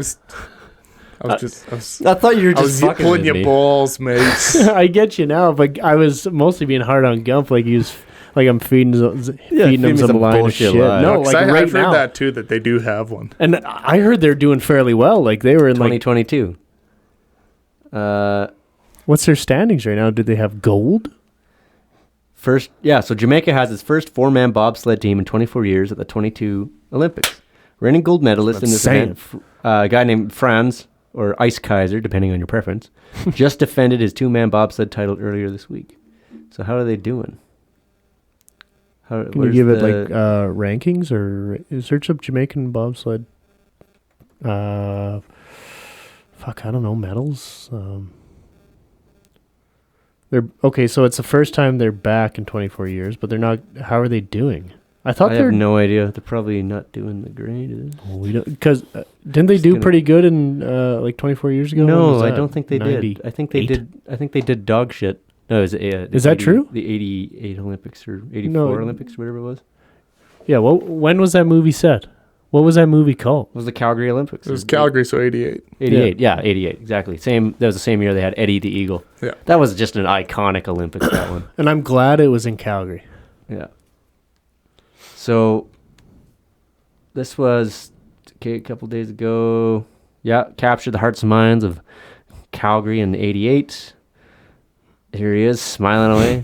Oh, yeah. High as a motherfucker. Okay, so what's going on here? Blah, blah, blah. They have nothing over. I don't know if they've competed yet, so.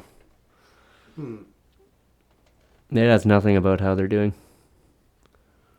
If it was news that they got gold or something, it would be everywhere, because that'd be hilarious. Yeah, that would be funny. Because they don't even have anywhere to like properly train in Jamaica, do they? I have no idea. Probably not. Yeah, well, at least in 88 they didn't, because weren't they like... Didn't the movie depict them like training in a bathtub or some shit? Yeah. Or am I just making this up? Yeah, well... No, that part's right. They trained there, and then they trained in Canada for a while, I think. They did as much as they could before they came here, but they didn't have much time to train in Canada. I think they did like a few runs. I don't know. How did they actually do in 88? I'm searching that up right now.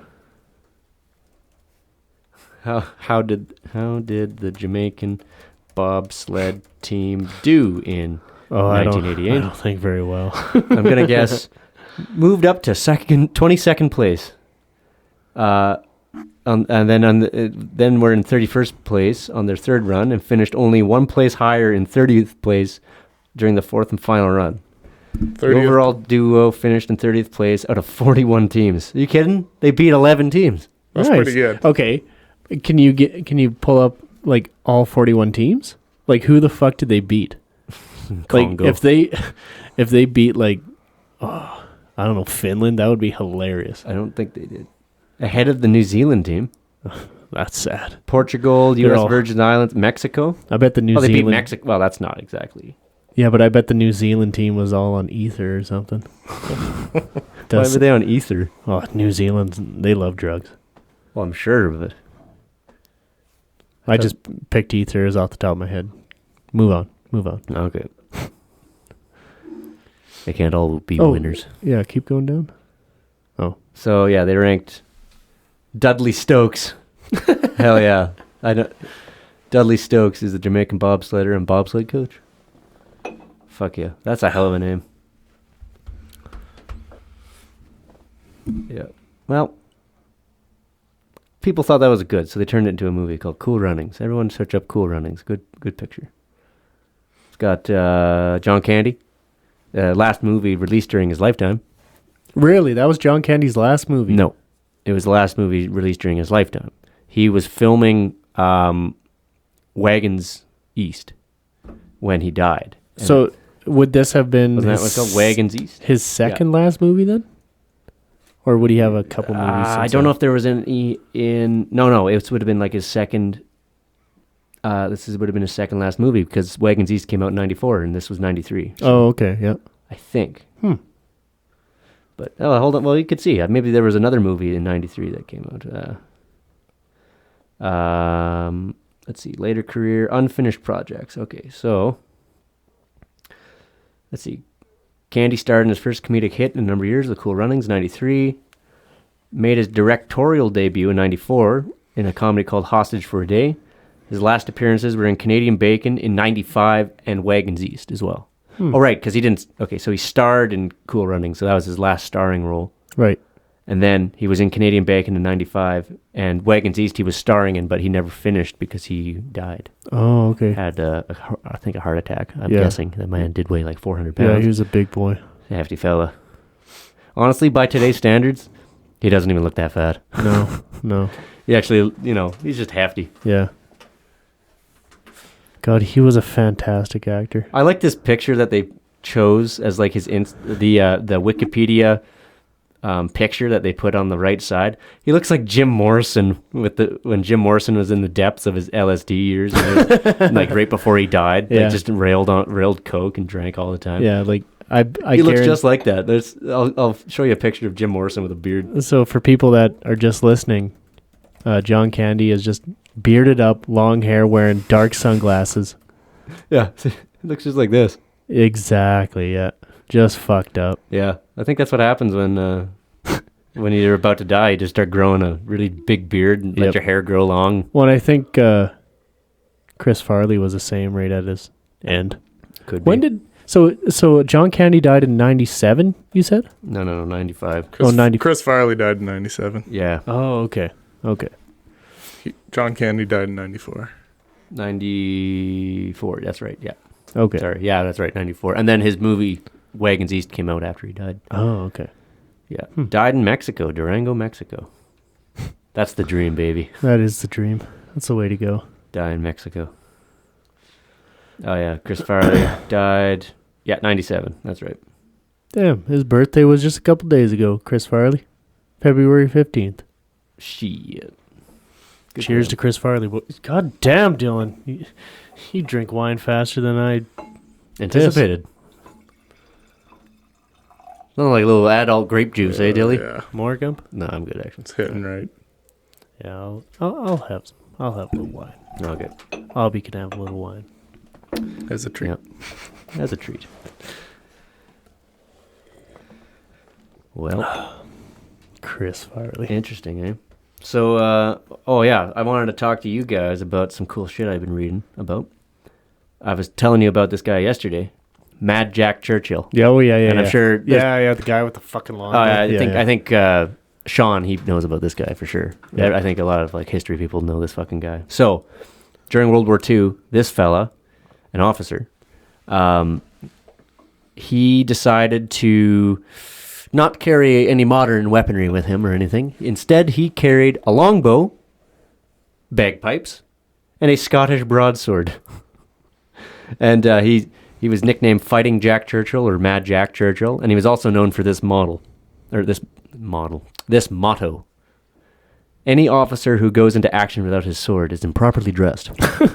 So when he charged the beaches of Normandy, he had his fucking sword. There's a picture of him here, like training guys. With it. So there's a training exercise. Here he is with his broadsword charging. This is just a training exercise, but this is basically what he did every time he landed with his commandos. Yeah, which beach did he land on? Well, he landed in a couple. He was in the commandos. He actually did many different landings. Okay. So in France, in 1940, he was actually in the Expeditionary Force before they got routed out of Dunkirk. So he was there, and he signaled an attack using his broadsword. And the story is that he killed a guy with his longbow in action. However, he later said that his bow had been crushed by a truck later or earlier in that campaign. But I think he did kill somebody with a longbow eventually. What, they beat him to death with it, maybe. Well, he had a sword for that. So then he landed in Norway in 1941. So he was second in command of the number 3 Commando unit in Operation Archery, a raid on the German garrison at Vegsjøy. I don't know how to say that. Norway. Vegsjøy. Norway. On the 27th of December 1941.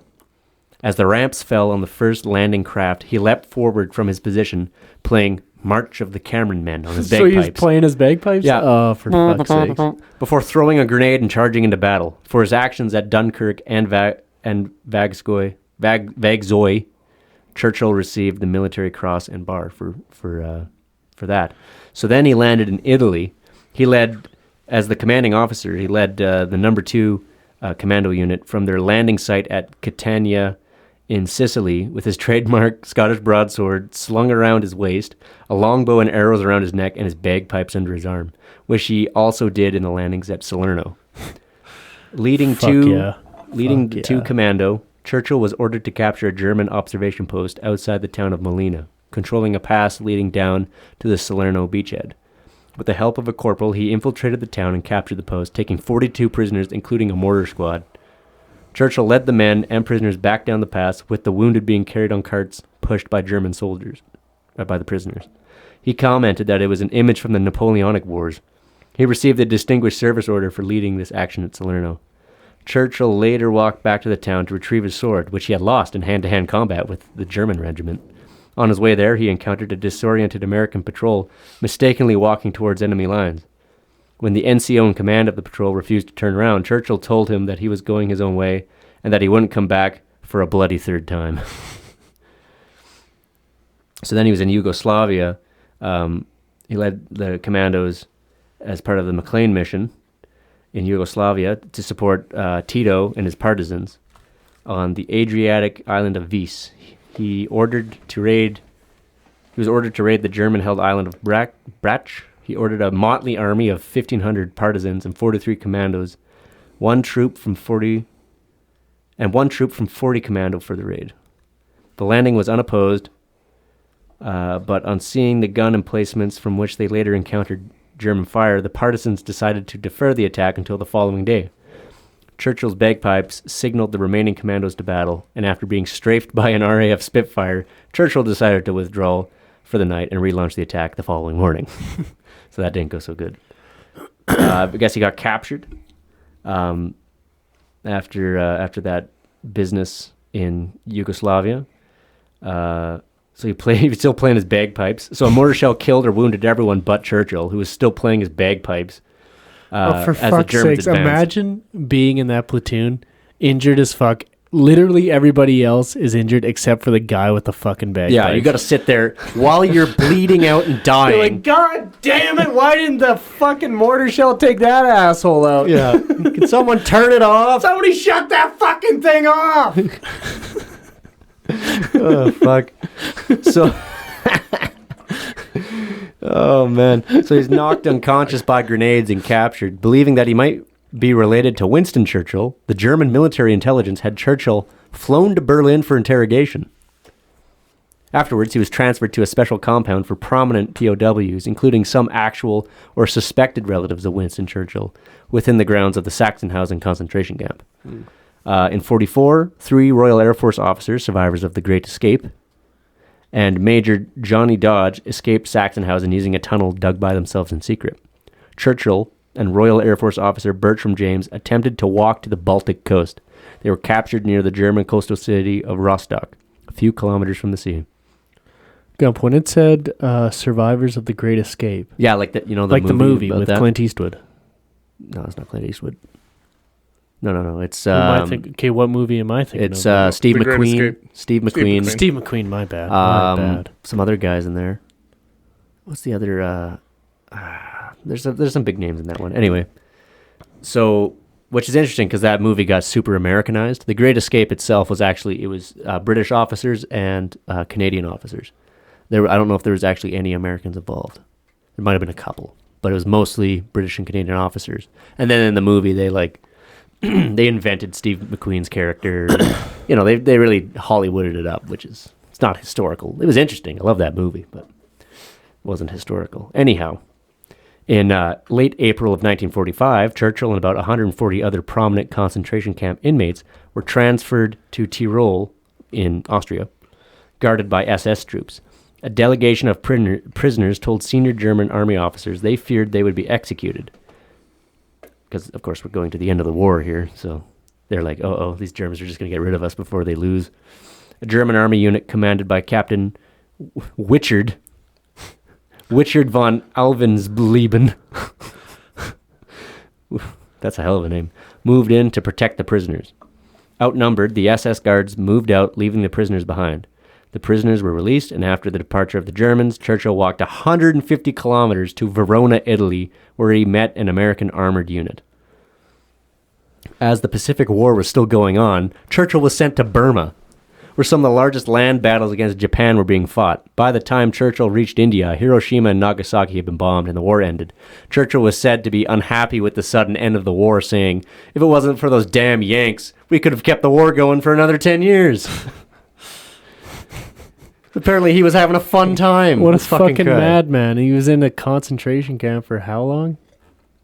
Year and a half? Yeah, like a year. Jeez. From September 44 to April 1945. So, bro, just go home. Man. So then after that, he qualified he's a parachutist. And at this point, he's born in 1906. So this is after that. So 1946. He's 40 years old and decides to be a parachutist. He lived till 96? Yeah. Jeez. That guy's older than shit. Oh, man. Fuck. So then he was an actor. He was also he also served as an instructor at the Land Air Warfare School in Australia, where he became a passionate devotee of the surfboard. Back in Britain, he was the first man to ride the River Severn's 5-foot tidal bore and designed his own board. During this time back in Britain, he worked at a desk job in the army. And then he retired in 1959. So he retired from the army in 1959. In retirement, his eccentricity continued. He startled train guards and passengers by throwing his briefcase out of the train window each day on the ride home. Just throwing his briefcase out the window just to fuck with him. He later explained that he was tossing his case into his own back garden so he wouldn't have to carry it from the station. He also enjoyed sailing coal-fired ships on the Thames and playing with radio-controlled model warships. So his train would go by his house and just whip his fucking briefcase right into his backyard. Yeah, I don't feel like... That's hilarious, but... Carrying it back from the station, I can just whip it in my own backyard and walk home. Like, you get that, but it's like, you know what would really fuck with the people on this train? Imagine if I just whip my... They don't know my house is right there. So I'm just going to throw my briefcase out of this window every single day. Every fucking day. Imagine the people that worked on that train. Oh, they don't even know he lives there. And it's like, how much money does this guy spend on briefcases? Yeah, he was doing a little trolling. He was trolling early. Oh, yeah. He said he startled these train guards here. That's awesome. So he died on March 8th, 1996 at 89 years old in the county of Surrey.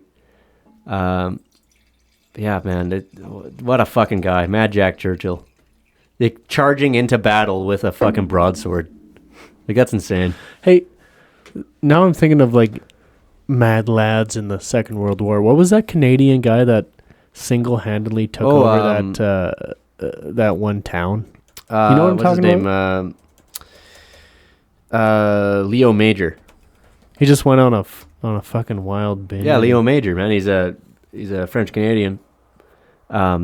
He received the Distinguished Conduct Medal, one of only 3 soldiers in the British Commonwealth to receive it. And he earned. Oh, I guess he was in World War II and Korea actually. Oh wow! And they called him the Quebecois Rambo. Fucking love it. So yeah, in World War II, he was serving with the Regiment de la Chaudière, which landed on the beach of Normandy in 1944. And was this a? Okay, it was a reserve infantry division that was purely French Canadians, but it was still part of the Canadian military. So then, during a reconnaissance mission on D-Day, Leo Major captured a German armored vehicle, a half-track, by himself. The vehicle contained German communications equipment and secret codes. Days later, during his first encounter with an SS patrol, he killed 4 soldiers. However, one of them managed to ignite a phosphorus grenade. After the resulting explosion, Major lost an eye, but continued to fight. He continued his service as a scout and sniper by insisting he needed only one eye to sight his weapon. According to him, he looked like a pirate. So, Major single-handedly captured 93 German soldiers during the Battle of the Scheldt in Zeeland in the southern Netherlands. During a reconnaissance, while alone, Major found shelter in a house from the rain and the cold. While there, he spotted 2 German soldiers walking along a dike. He captured the first German and attempted to use him as bait so he could capture the other. The second attempted to use his gun, but Major quickly killed him. He went on to capture their commanding officer and forced him to surrender. The German garrison surrendered themselves after 3 more were shot dead by Major. In a nearby village, SS troops who witnessed German soldiers being escorted by a Canadian soldier shot at their own soldiers, killing 7 and injuring some others. Major, were they thinking that they were Canadian soldiers? Because no. They saw SS troops who witnessed. So SS, they were fucked. The SS were fucked. Like they would shoot anybody that was basically against what they thought was Nazi party ideology. Right. And when they would see captured German soldiers, they would kill them because it's like, okay. These these are wreckers. Well, they gave themselves up. They're fucked. Yeah, but in the SS defense in World War I, the British did the same thing. Like if you were seen running back into the trench, you were court-martialed and ordered to die. Yeah. So that's what the SS would do. So the SS killed 7 of their own people. So Major disregarded the enemy fire and kept escorting his prisoners to the Canadian front line. Just kept ordering them to go. Major then ordered a passing Canadian tank to fire on the SS troops. He marched back to camp with nearly 100 prisoners. Thus, he was chosen to receive a Distinguished Conduct Medal. He declined the offer to be decorated. However, because according to him, General Montgomery, who was to present him with the award, was incompetent and in no position to be giving out medals. So he refused his medal because he thought General Montgomery was a fucking dick. Whether he actually got this nomination and why he wouldn't have received it is not clear. The National Archives only has a record of recommendations for the award. So he may have got it later, but at the time he's like, no, General Montgomery's a fucking idiot. I don't want this award. Mm-hmm. He's like, I'm not getting it from this prick. Fair enough. So yeah, he basically took over this whole town by himself. Like, that's impressive. That is impressive. Well, it's psychological at that point. Oh, well, part of it, he would just run around. Yeah, so Major was carrying 2 Sten guns and a sack of grenades. He arrived in the center of his wool at about 100 hours and found the streets silent and deserted. Here he spotted a German machine gun nest, which, since the crew was sleeping, he promptly attacked and eliminated. He then found a German scout car and forced one of the Germans, who he had captured, to drive through the streets with lights on, flying a white flag. For several hours, Major moved through the streets in this manner, shooting at any target he could find, making an impression that a large Canadian force had arrived. The citizens were awakened but were afraid to come out of their houses. By a stroke of luck, Private Major came across the head of the local resistance, Fritz Keepers, and 3 of his men. By now, the Germans appeared to have fled the city in panic. The group therefore returned to the town hall, and the resistance fighters brought the citizens out into the streets. The local radio station was used to announce that the town had been liberated. Major was exhausted, but he had to complete his mission by bringing back the body of his comrade, Wilfred Arsenault, to his lines. The resistance fighters arranged for a car to transport the body. They were fired on by those SS people, but he just kept going. So, yeah, that's basically the story. How many, like, if you were to have 12 of these guys, the same guy, how many men would it take to stop that group of guys? Like, obviously, it depends on the tactical situation as well. Like, he was in a very good tactical situation because if you think about when he did this shit, this was April 13th, 1945. Like, this is... Germany is hurting at this point. Like, it's clear they are not going to win. Yeah. So I think it was very easy for the Germans there to go, okay, we give up. Because they've been hearing stories about what's going on the Eastern Front. So they're pretty happy to be surrendering to Westerners and not the Soviet Union, who is just going to take them and send them to Siberia. Yeah. So they're like, oh, okay, well, the Canadians are here? Okay, we're going over. We'll give up. Which is also partially why the SS was just shooting on soldiers, like regular Wehrmacht soldiers, because they were giving up in droves. Right. At this point. I mean, when, like, let me quick Google when the Allies actually got into Germany. Did get into Germany, because it was in 1945, but it was March 1945. Oh, okay. So they had already been invading Germany for right, because this was in April. 9 days plus 13 days, right? Which is, I'm not very good at math. That's 22 days. So they've already been. The Americans were already in Germany for a month. Yeah. The Russians were already in Germany for quite a while. Yeah. These guys are just, that war is going to end. So they just gave up. So tactically, he's in a great situation. Like, I don't think it's kind of one of these situations where it was the circumstances that allowed something crazy like this to happen. Right.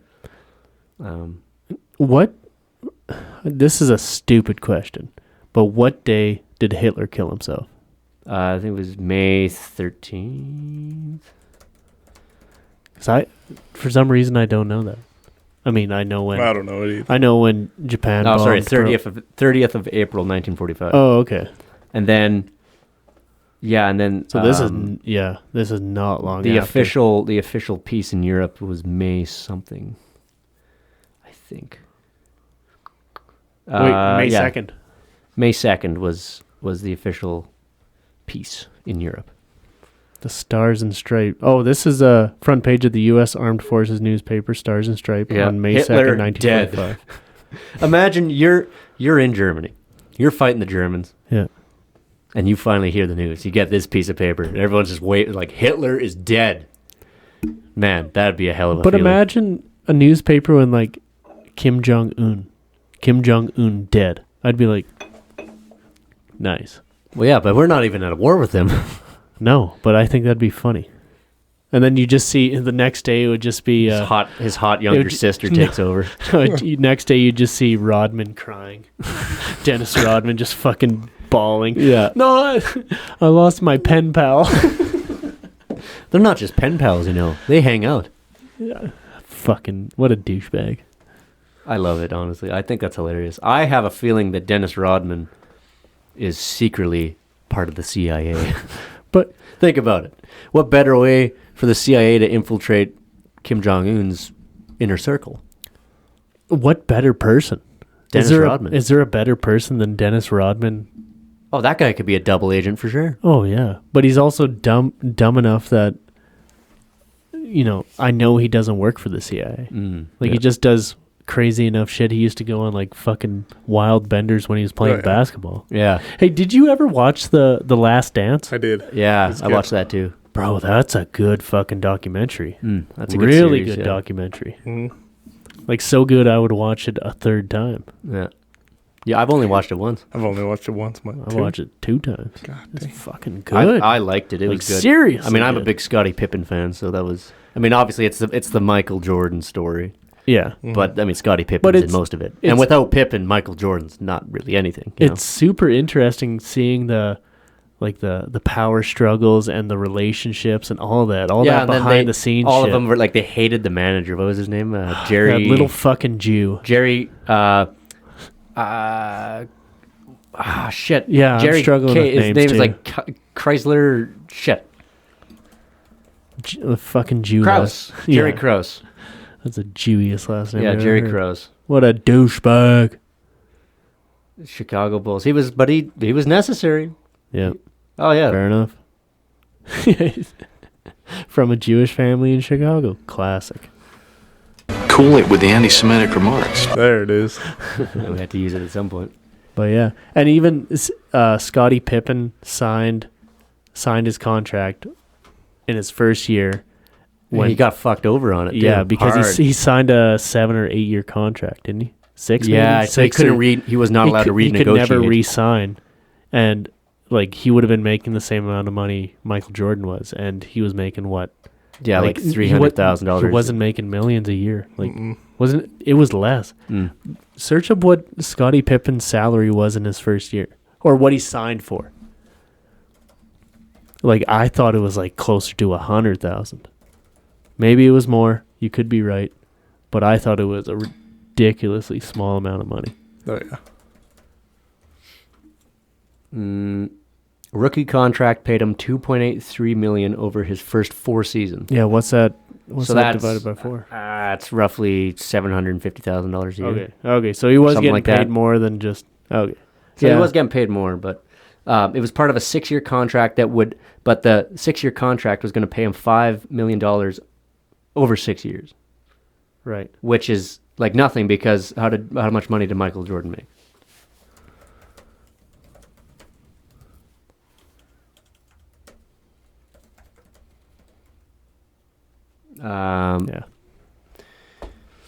Yeah, he was only making like 700,000 a year. Yeah. When he could have been making. So his current net worth is $1.6 billion.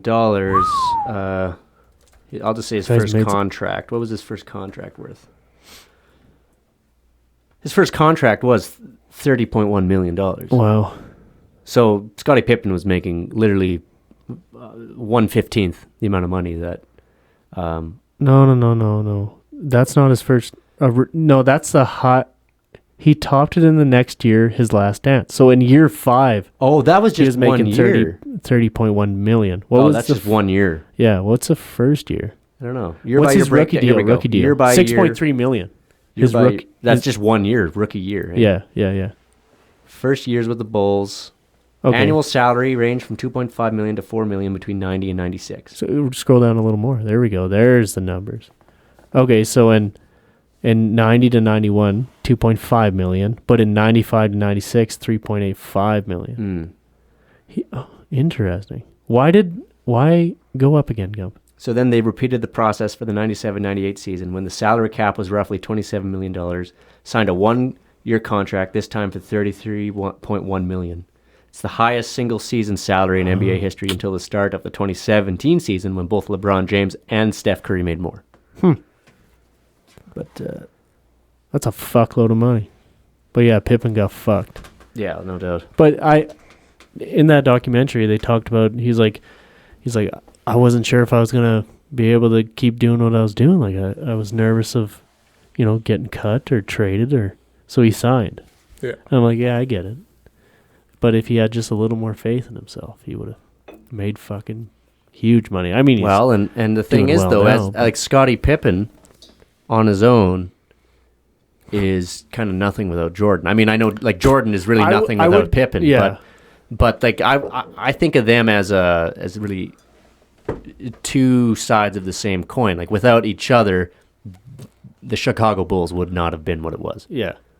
Oh, exactly. And Michael Jordan is probably the best of all time. But if he didn't have Pippen with the Bulls, it would not have been nearly as interesting. It would not have been nearly as impressive of a run. Yeah. So, anyway. Well, perhaps we should wrap it up here, boys. We're at about an hour and almost 2 hours here. Yeah, so sure. we're going to run out of camera here soon enough. So, Dylan. Yo. It's always an absolute blessing that you show up here. We appreciate you. You know, we can always just hit you up on a Thursday afternoon. Oh, sorry about that. We can always hit you up on a Thursday. Hey, Dylan, you want to come for a Friday pod? You're like, I'm there. You're the best. I do what I can. Happy to help. Happy to be here. And you're an avid listener. Thank you. It's my pleasure. Man, a few words, but good words for sure. And they count. They count. That's what matters. Yep. You're a good person, Dylan. We love you. Here at Brothers Radio. Love you, boys. You're a brother to the Brothers Radio. Anyway, much appreciated. Anyway, pull out your fucking dick. Bro. All right, we're gonna go play with each other's balls here in a second. Thanks for listening, folks. We're shutting the camera off. We're shutting off the microphones. It's gonna be wild here at Brothers Radio. Yep. Take care, folks. Thanks for listening. We'll catch you on the next one. Thanks, everybody. Peace. Right on.